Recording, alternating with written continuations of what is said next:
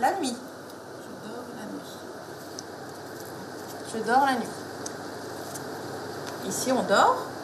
Je dors la nuit.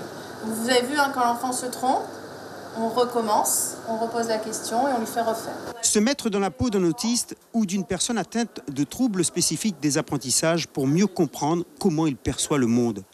Lui apporter le soutien nécessaire à son autonomie. Voilà l'enjeu de cette formation destinée aux enseignants, aux éducateurs, aux thérapeutes, mais également aux parents. Cette formation a permis à mon fils d'être scolarisé dans de bonnes conditions et de réaliser le programme scolaire dans une école ordinaire.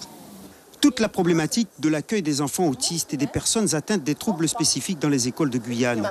La situation est loin de répondre aux attentes des concernés.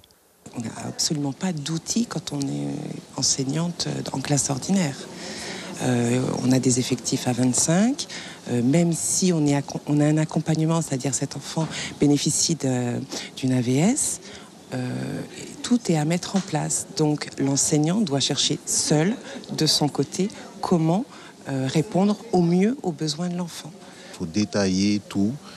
Et dans une classe où il y a peut-être 25 gamins, l'enseignant ne peut pas arriver avec un seul enfant, même s'il a une AVS avec lui, d'arriver à lui faire apprendre correctement tout un programme de l'éducation nationale. Pendant cette semaine, la vingtaine de participants va apprendre à mieux communiquer avec les enfants de fin de cycle maternel et de CP.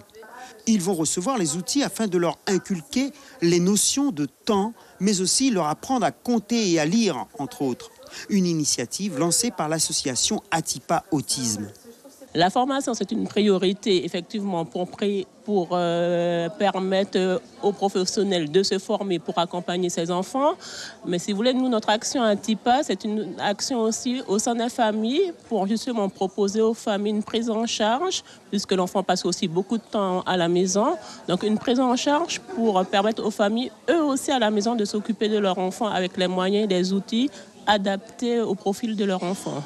En Finlande, les enseignants sont formés comme ça à différentes stratégies pédagogiques et elles vont choisir même au sein d'une classe la stratégie qui sera la meilleure pour chaque enfant.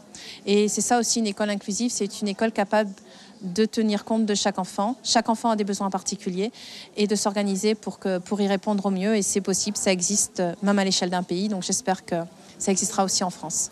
Bonne nouvelle, cette méthode est dès aujourd'hui certifiée. Une garantie supplémentaire de qualité pour nos encadrants en quête d'outils dans un milieu où tout est encore à faire. Suivez l'info sur Guyana Première, télé, radio et Internet.